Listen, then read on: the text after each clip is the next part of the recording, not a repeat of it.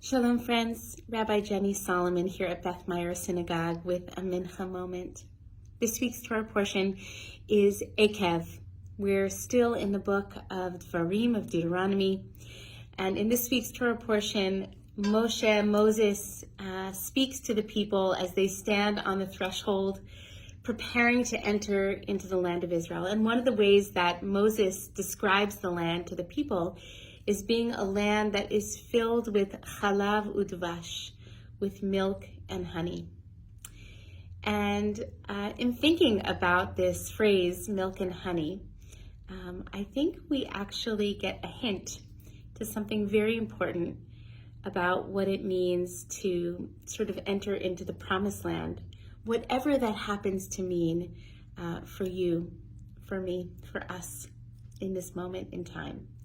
Because after all, chalav udvash, milk and honey, are actually not things that just grow up from the land.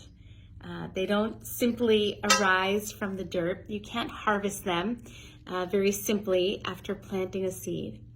Rather, milk requires tending animals, or in the case of the milk that comes from different kinds of nuts or plants, there's many different steps in the cultivation process. There's technology, there's cooperation and collaboration among different kinds of people.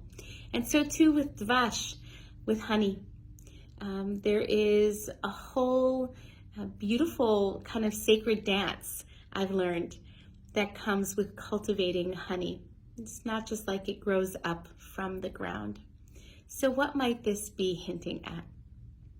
This land, whatever this promised land is for you, for us, whether we're talking about the promised land of shalom, of peace in the Middle East with Israel and her neighbors, or we're talking about our vision and our hopes for the continued evolution and growth and perfection of this country, or we're talking about sending our kids off to college, just saying.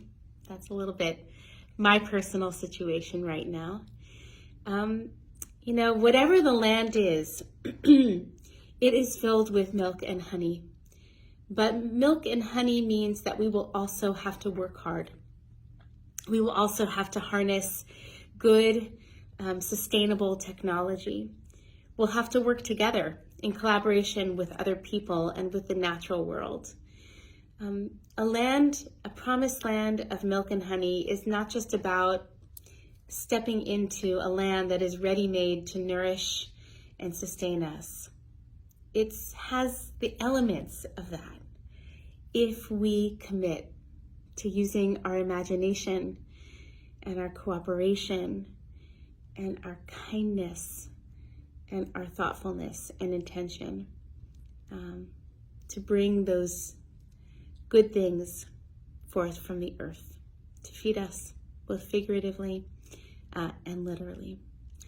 So as we send our kids off to school, as we step into new projects at work or in your life of your family, as this country embarks upon an election season, and as we continue to pray for peace in the Middle East, we know that that promised land, whatever it may be, awaits us. But not just because we've walked in, but because we're willing to do the work together. Peace. Shalom.